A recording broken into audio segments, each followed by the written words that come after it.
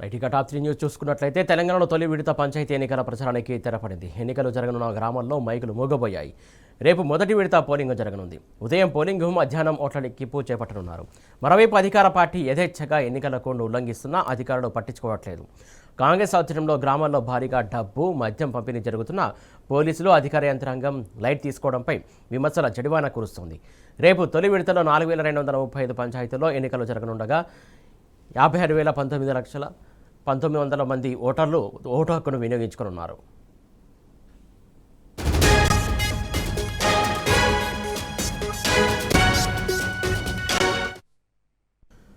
ఇటు గ్రామ పంచాయతీ ఎన్నికలకు సంబంధించి మొత్తానికి ప్రచారం తెరపడింది. రేపు ఎన్నికలు జరగనున్నాయి. దీనికి సంబంధించి తాజా అప్డేట్స్ అందించడానికి మా కరెస్పాండెంట్ కిరణ్ సిద్ధంగా. కిరణ్, చెప్పండి. జరగబోతా ఉన్నాయి. ఇందుకు సంబంధించినటువంటి ఏర్పాట్లన్నీ కూడా రాష్ట్ర ఎన్నికల సంఘం చేసింది. ప్రధానంగా ఎన్నికలకు సంబంధించినటువంటి అంశాల్లో దాదాపు 189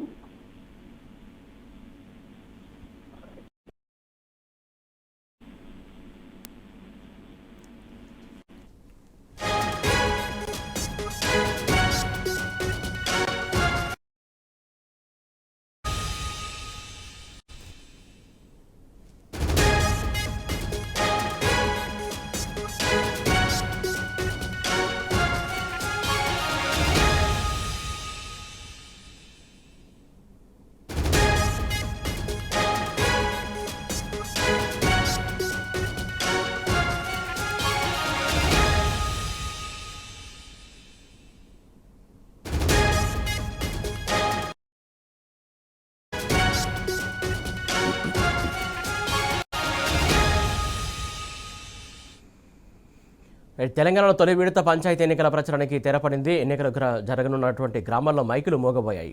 రేపు మొదటి విడత పోలింగు జరగనుంది. ఉదయం పోలింగు, మధ్యాహ్నం ఓట్ల లెక్కింపు చేపట్టనున్నారు.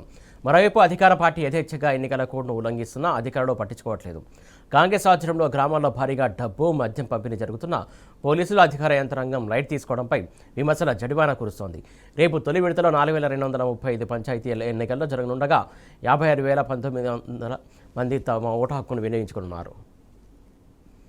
దీనికి సంబంధించి తాజా అప్డేట్స్ మా కరెస్పాండెంట్ కిరణ్ అందిస్తారు. కిరణ్, చెప్పండి. మొత్తానికి రేపు ఎన్నికలు జరగనున్నటువంటి నేపథ్యంలో మొత్తానికి ఏదైతే పోలింగ్ సంబంధించి సిబ్బంది కావచ్చు, అలాగే ఏదైతే దానికి సంబంధించి సామగ్రి కావచ్చు, మొత్తానికి దానికి సంబంధించి అన్ని సకాలంలో చేరుకున్నటువంటి పరిస్థితి కనబడుతుందా?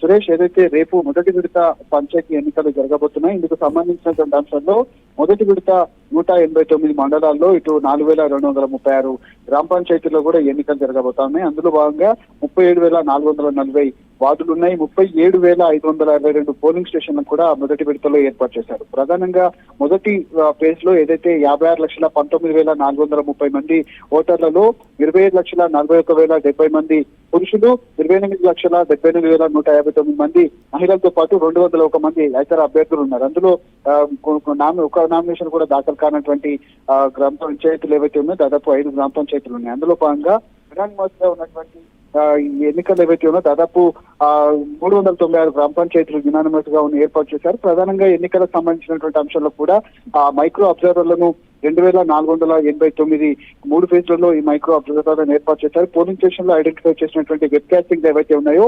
3,461 మంది 61 వెబ్ కాస్టింగ్ లో ఏర్పాటు చేశారు. ఇందులో మొదటి దశలో 45,080 ఏర్పాటు చేశారు. ఎక్కడ కూడా చిన్న అవాంఛనీయ ఘటన చోటు చేసుకోకుండా ఉండేందుకు వెబ్ కాస్టింగ్ ద్వారా నిరంతరం ఎన్నికలకు సంబంధించినటువంటి ప్రక్రియను పర్యవేక్షించబోతా ఉన్నారు. రేపు మొదటి దశ జరిగేటువంటి ఎన్నికల్లో భాగంగా ఇప్పటికే 902 వెపన్స్ ను డిపాజిట్ చేస్తున్నారు. అందులో ఎన్నికల కోడ్ సంబంధించినటువంటి ఉల్లంఘన కేసులు ఏవైతే ఉన్నాయో 3,214 ఎన్నికల కోడ్ ఉల్లంఘన కేసులు ఉన్నాయి. అందులో భాగంగా ఇటు 31,428 మంది ఎవరైతే ఇతరుల పైన కూడా కొంతమంది పైన కేసులు కూడా నమోదు చేసినటువంటి పరిస్థితి. 1,70,58,340 రూపాయల నగదును పట్టుకున్నారు. 2,84,97,631 విలువ గల లిక్కర్ ను కూడా సీజ్ చేసినటువంటి పరిస్థితి కనబడుతుంది.